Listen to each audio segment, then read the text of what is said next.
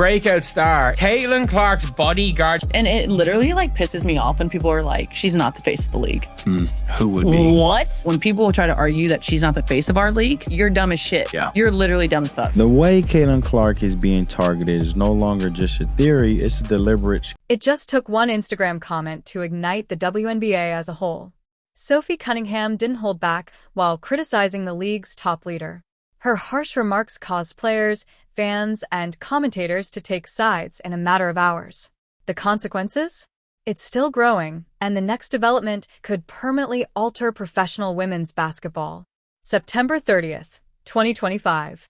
Cunningham was browsing Instagram on her phone as the Indiana Fever was finishing up their season when she came across something that infuriated her. In a shocking news conference, Minnesota Lynx star Napheesa Collier disclosed that she had discussed player salaries in private with WNBA Commissioner Cathy Engelbert. Let's just say that everyone who heard what Engelbert allegedly said about Caitlin Clark didn't like it. Standing at the stage with a prepared statement, Collier's remarks struck like a dagger despite her steady voice.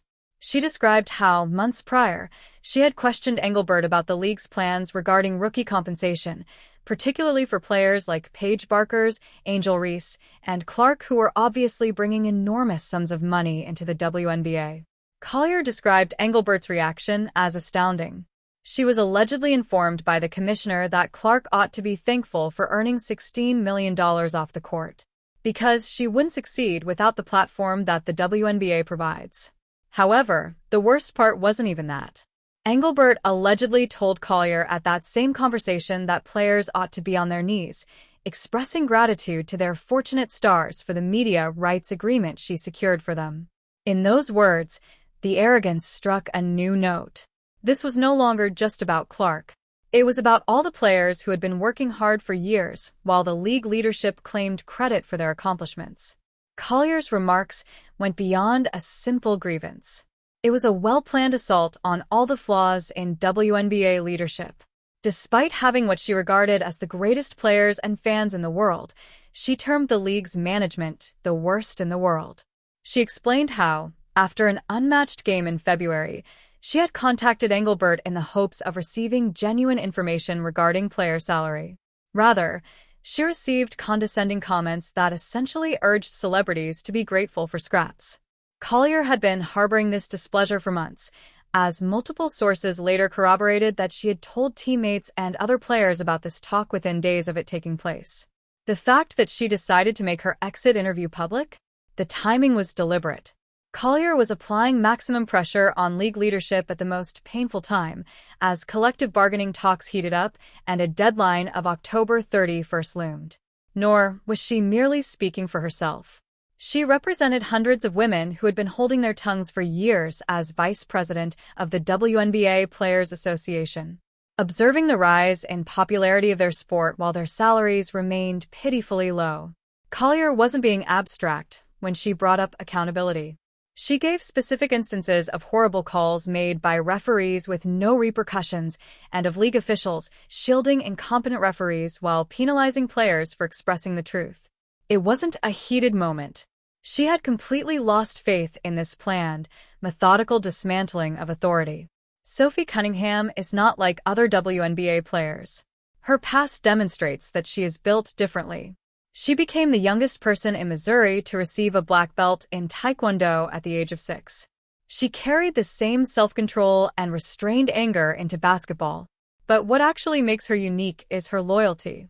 Fans soon discovered Cunningham wasn't just another guard when she joined the Fever earlier this year from the Phoenix Mercury. She served as Clark's bodyguard and enforcer, ready to fight when officials failed to defend the biggest star in the league. Cunningham had been involved in several physical altercations this season while protecting Clark from cheap shots and dirty actions. Things got out of control during a game versus the Connecticut Sun in June. After a hard foul, Connecticut guard J.C. Sheldon pursued Clark and knocked her to the ground. Cunningham became enraged. She literally slammed Sheldon to the ground with a full bear hug tackle on the very next play, igniting a furious altercation. The league quickly expelled Cunningham and penalized him $500. However, after that ejection, an amazing thing occurred. Every retail site sold out of her jersey in a matter of hours. In a single week, she gained almost 800,000 new fans on social media. She quickly rose to fame and became the teammate that many elite athletes strive for. Fans began referring to her as Clark's personal bodyguard and enforcer since she genuinely supported her when officials failed to carry out their duties. Throughout the season, Cunningham has received numerous fines for criticizing officials on social media. However, she never gave up. She would make a joke about launching a GoFundMe page to pay Clark's $200 fine for disparaging referees. She would openly accuse league authorities of failing to safeguard their star. The fines continued to accrue. She was unconcerned. All of that would be overshadowed by what Cunningham said on Instagram on Tuesday afternoon following Collier's press conference, solidifying her reputation as the most daring voice in women's basketball. We must first determine the true absurdity of Engelbert's purported remarks before moving on to Cunningham's rejoinder. The figures not only refute her claim, but they also totally disprove it. Clark and the Fever agreed on a 4-year contract worth a total of $338,000. Her pay for the first year? $76,535.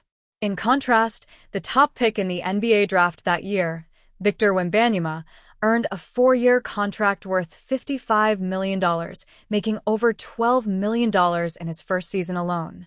This is what Engelbert appears to have overlooked, though.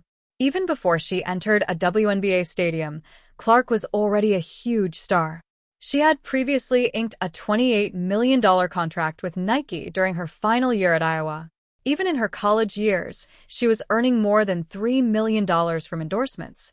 The highest-watched basketball game on ESPN since 2019, not women's basketball, was her final college game against South Carolina, which attracted 18.7 million people and peaked at 24.1 million.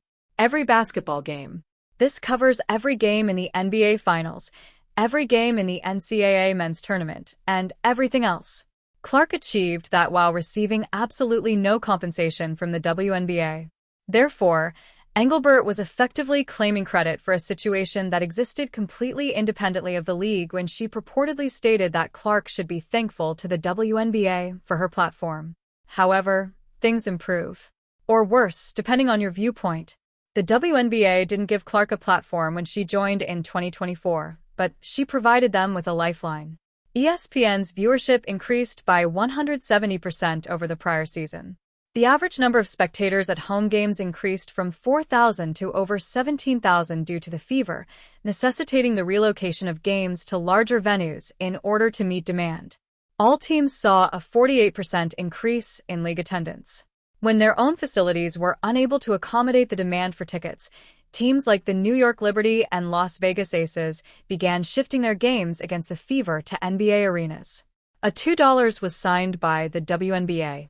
Executives freely acknowledged that Clark's drawing power had a significant role in the $2 billion media rights deal with several networks. The most watched WNBA games ever were captured by 6 separate broadcast networks, all of which included Clark. In a single season, the league's videos received over 2 billion views on social media. Sales of merchandise increased by 600%. Several financial analysts claim that Clark's debut season brought in more money for the WNBA than the preceding 5 seasons put together. However, Clark should be appreciative since the WNBA provided her with a platform. The truth? The commissioner allegedly instructed Clark to be thankful for the chance rather than express gratitude for saving a league that had been losing money for decades. That is deluded, not just tone-deaf. Cunningham's remarks on Instagram were delivered with such accuracy that they were like a knockout punch. She said exactly what millions of fans were thinking under a post about Collier's news conference. "C is the sole reason people are familiar with Kathy. Our league has never seen a more delusional leader than her." To ensure that no one missed her point, she then added another comment in all caps. Furthermore, it should never be about our commissioner at all. The internet blew up. Fans quickly took screenshots of the comments and shared them on all social media sites. Sports pundits spent whole segments dissecting the drama. Some described it as the most audacious player protest against league leadership in the history of professional sports. League officials were unable to ignore the wave of camaraderie that emerged when other WNBA players began and sharing posts endorsing both Cunningham and Collier. In the midst of the turmoil, even Stephanie White, Clark's new coach, openly referred to Collier as a strong woman, therefore endorsing everything that was said. It wasn't only the words that made Cunningham's call-outs so heartbreaking, it was the indisputable reality behind them. Before Clark, no one knew who Cathy Engelbert was. In 2019, the commissioner became the first person in WNBA history to have that post. But for 5 years, ordinary sports fans hardly saw her. Engelbert didn't start making frequent headlines until Clarkmania took over in 2024, and even then, those stories weren't positive. They were recording her claimed disparaging remarks about the biggest star in the league, her seeming ignorance of what was truly spurring growth, and her refusal to acknowledge that the WNBA's success should have been attributed to the players rather than management. Cunningham's straightforward statement that people only knew Engelbert because of Clark struck a chord because it was unquestionably accurate. By no means was this Cunningham's first conflict with league leadership. She has been accruing fines like merit badges for the whole 2025 season. She openly accused referees of failing to protect the league's best player following the Connecticut Sun altercation that made her famous, claiming that the scenario had been brewing for months and officials had done nothing to stop it. Once more, she was fined. She didn't express regret. She was even more critical of critics on her podcast, Show Me Something, which she started with Colin Cowherd's The Volume Network and her childhood buddy West Wilson from Bravo's Summer House.